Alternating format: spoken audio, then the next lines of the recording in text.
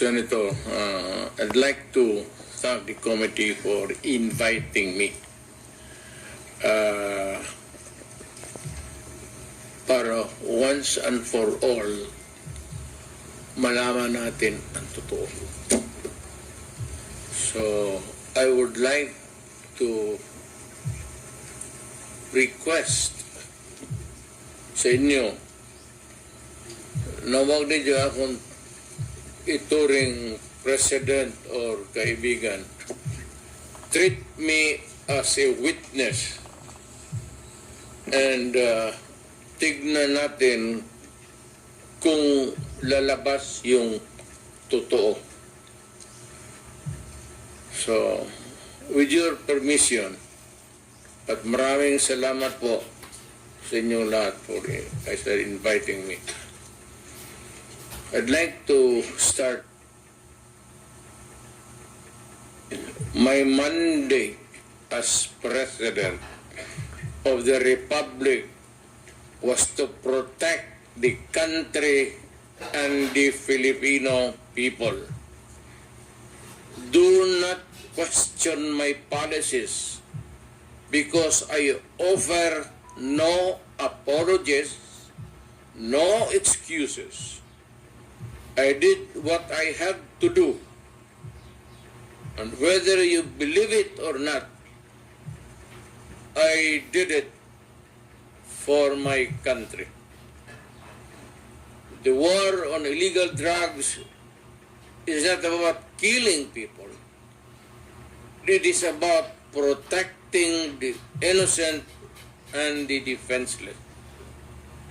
The war on drugs is about the eradication of illegal substances such as shabu, cocaine, heroin, marijuana, party drugs, and the like, as a menace which ruins people, families, communities, and relationships, and tears apart the social fabric which binds society together in peace, harmony, and brotherhood.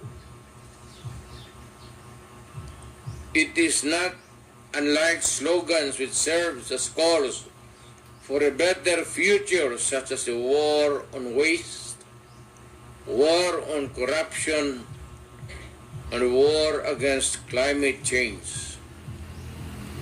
I have always viewed people addicted to illegal drugs as victims and patients requiring medical help and not as criminals.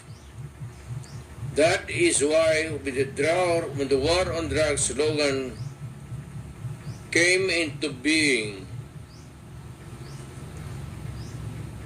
coined first as a message to the people of Davao City to stay away from illegal drugs, but at the same time, I had a drug rehabilitation facility constructed in Davao City, a city government expense, manned by Davao City government doctors, psychiatrists, nurses, and health workers, among others, to look after the complete rehabilitation of those addicted to illegal drugs. I believe then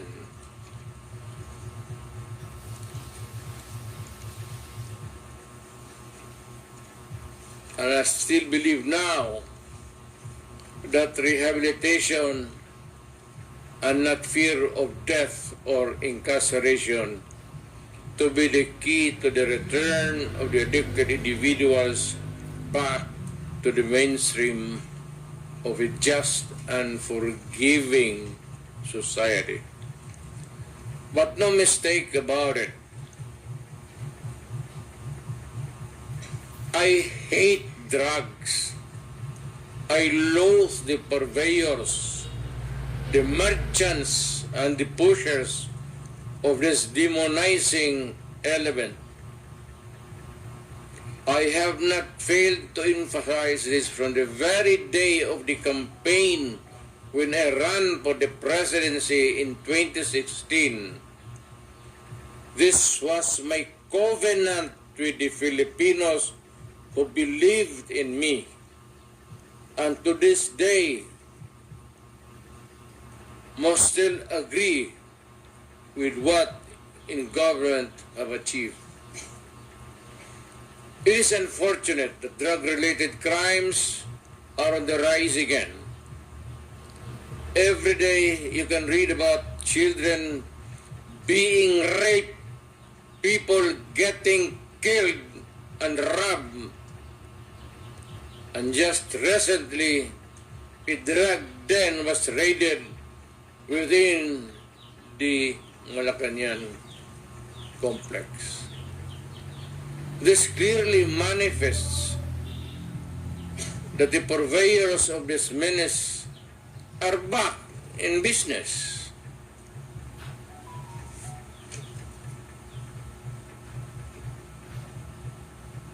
Ano? Go ahead. The Filipinos are anxious and distressed. Self-preservation is still the first law of nature. It is instinct. It is recognized in our laws as self-defense. That is why I have always told the police authorities and operatives to be mindful of this basic law of nature. However, I tell them not to abuse their authority and power. And hindi ko talaga pinayagan yung abuso ng pulis o sundalo kailanman sa buong buhay ko. And as mayor for so many years and as president, in the guise of protecting themselves. But when your very life is placed at risk, and it can be snuffed out in a matter of seconds, then and only then must you act accordingly. Repel the aggression only in self-defense. Alam mo, matagal ako nagturo sa aming bayan sa Police Academy. When I was a prosecutor, to augment my income noon bago akong kasal, nagturo ako sa pulis. Ang sinabi ko talaga sa kanila, when you are arresting a criminal, you are not supposed to request him to surrender. Rather, you have to overcome the resistance. However,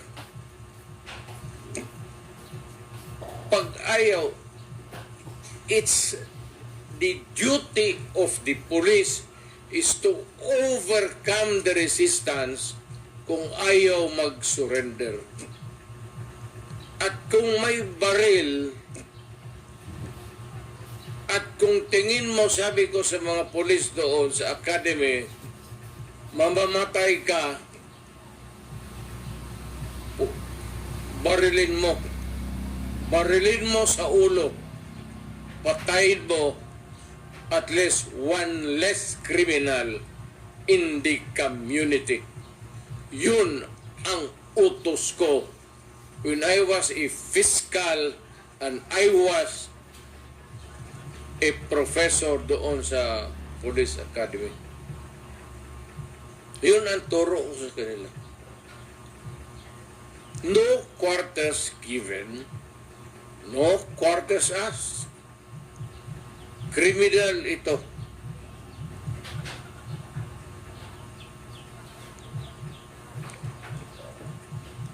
Repel the aggression only in self-defense. Do not make orphans of your children and widows of your wives. I don't want that in my conscience. as mayor and president. Hindi ko mabigat yan sa konsensya ko.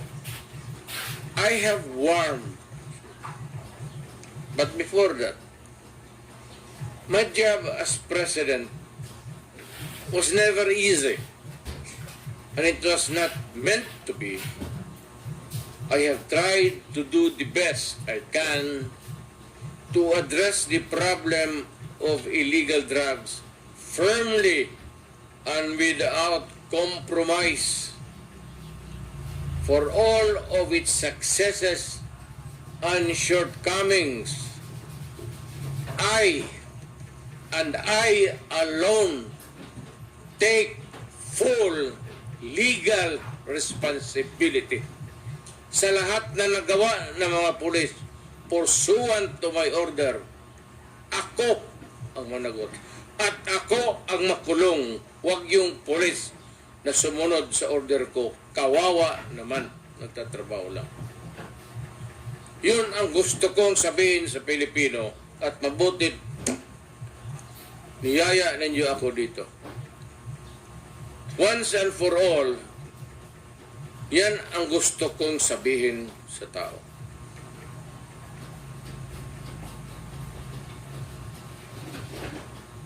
I have warned all of you as your president